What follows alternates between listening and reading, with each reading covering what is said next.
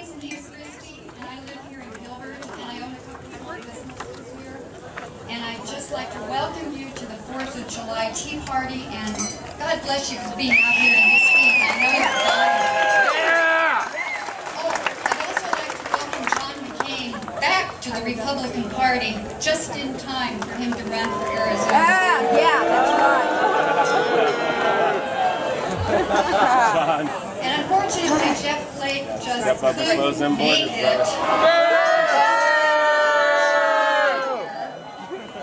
But I understand, where is he? He's in Ajo at an armadillo race. Priorities. We're all aware of what's going on in our country today. I know. In warp speed, we are now trillions of dollars in debt.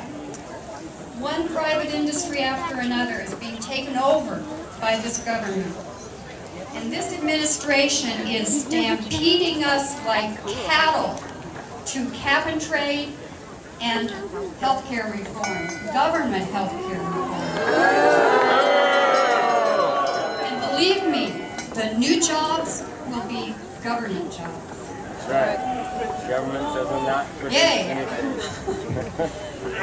As if this isn't bad enough, one day, private citizen that I am, I was reading the Gilbert Tribune, and I saw this heading, and it said, Gilbert looks at half-cent sales tax hike.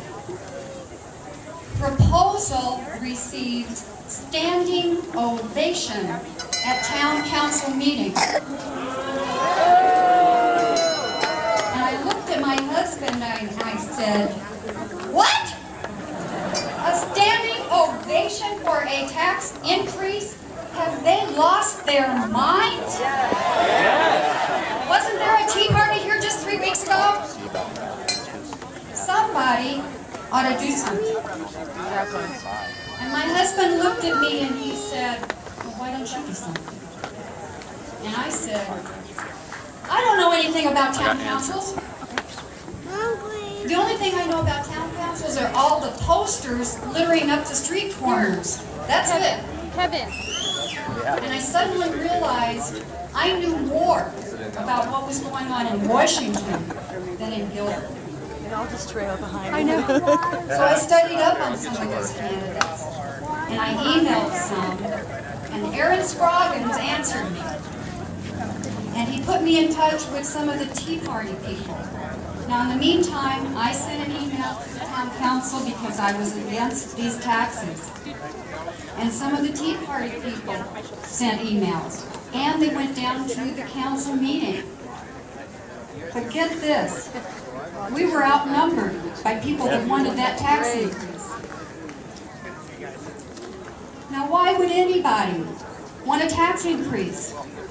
Don't they have to pay the taxes too? No. Well, they do, but these are the people that are the beneficiaries of that tax increase. They don't want to lose their entitlements, their handouts, their subsidized services. Yes, thank you. They aren't willing to go door to door to ask their neighbors for money to subsidize their lifestyle. They want the council to do that for them. And not only that, but the council, not all of them, there were two that voted against this, okay? The council wants to make all of you feel guilty for complaining about it. Now, these people are called stakeholders. I put that through my universal translator, and I came up with stakeholders are people who are holding a stake that has been pounded into the taxpayer's heart. That's right. That's a stakeholder. Now, what if, here's a little call to action here. What if there had been 2,000 emails sent to the town council opposing these taxes? Which one of your emails would have produced the tipping point? Because there is a point at which the council has no choice but to listen to the people who are merely paying the bills. Now your focus may be state or federal, and that's okay. However, if we cannot stop a tax increase right here in Gilbert, what makes us think we can make any changes at the state and federal level? That's right. It's making sense, Alex. Even though they passed this tax increase, they can rescind it anytime. Interesting. But this is where we need your help. We need for all of you, each one of you, not just one per household, each one of you, to send a very courteous email to the mayor and all of the council members. And you will find their email address on this blue sheet. This is being distributed, and if you can't find it, see me or Dave Peterson. It has the email address, it's just one address, and it goes to the mayor and all the council members. Just remember to be courteous, say what's on your mind, but make sure you say 3 things. 1, please rescind the recent tax increase. 2, do not cut public safety. And I'll tell you, if you don't say that, they will. I've seen them do it. Even though that should be their #1 priority. And number 3, balance the budget. Hey! Is that going to be easy? No! What's easy? Spending is easy. Let's go shopping. The council members and the mayor show their real worth during difficult times when the revenues are drying up.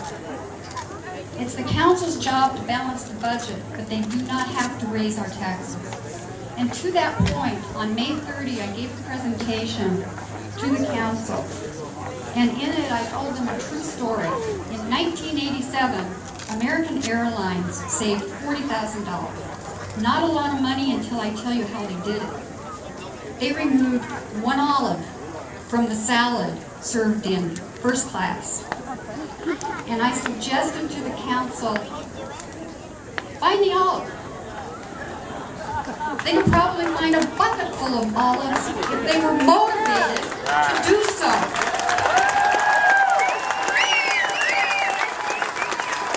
I implore each of you, stand up and speak up.